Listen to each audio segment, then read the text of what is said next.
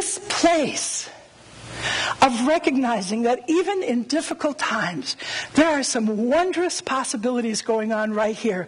There are some wondrous potentials waiting to unfold. Yes, we may have to go through a narrow little corridor, but when we give birth, that's a pretty narrow little corridor too. And so if we think in terms of when we're in these narrow corridors that are not necessarily easy to manage, but important to remember the intention and the end result, that it is moving us into the complete potential of birthing a new day, birthing the next part of ourselves, birthing the next idea that we are going to make manifest. What happens often is people get into these tiny corridors and then start second-guessing themselves and say, oh, I wonder what I did wrong. I must have really had wrong thinking. I must have really been doing something wrong, or this wouldn't have happened. I have been so blessed in my life to come through the things that I came through, to come through it with finding joy, finding love, finding spirit, to come through it and be allowed to have the magnificent experience of 3 extraordinary children, 5 grandchildren, the love of my life as my life partner. Wow, that's pretty good stuff.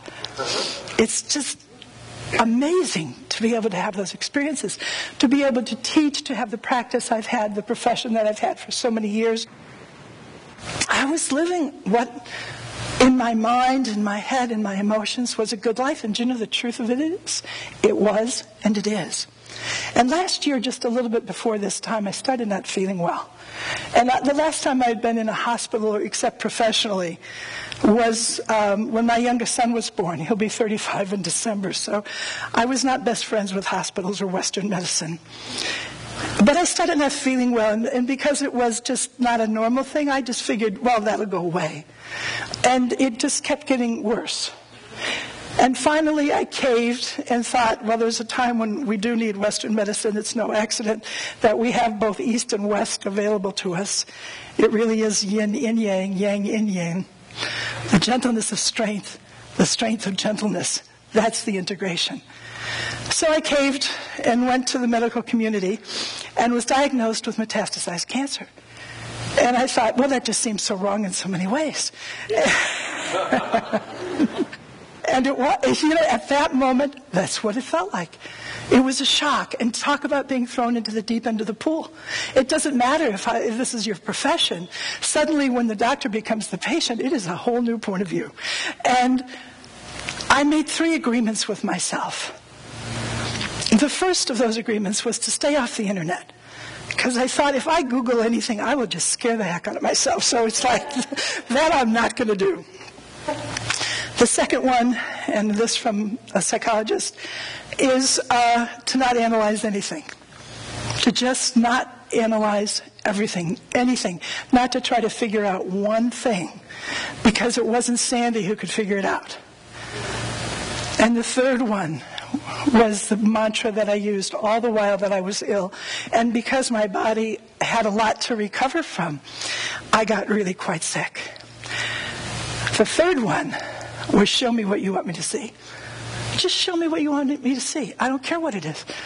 Whatever it is, whatever you want to put on the screen, on the inside of my forehead, whatever words, energy, feelings you want to run through my body, show me what you want me to see. I am here to hear.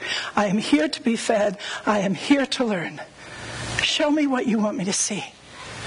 And it was amazing in those weeks and weeks and weeks of being quite ill, when there was no way I could have thought through a linear thought anyway, even if I had wanted to.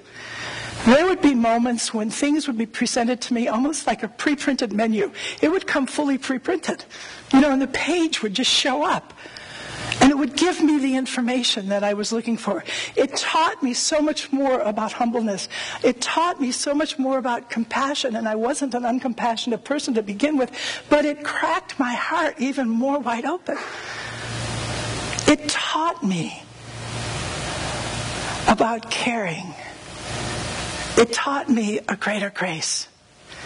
And then it taught me the next level of healing. So, woohoo, so that it's all really good. I'm great. I'm fine. I'm totally cancer-free. But I went through that. Thank you. it's really a great thing. And then what I saw, too, because of the level of abuse that I had, and it was intense and it was sadistic and all those things, that it was like there was a place inside of my body that had sort of congealed some just difficult energy. And I thought, afterwards, once I was getting well, I thought, you know what happened is I had not known to remove that energy from my body in that way.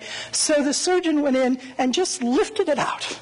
Just whatever had congealed into a negative mass, just picked that puppy up and took it away. And then that was that.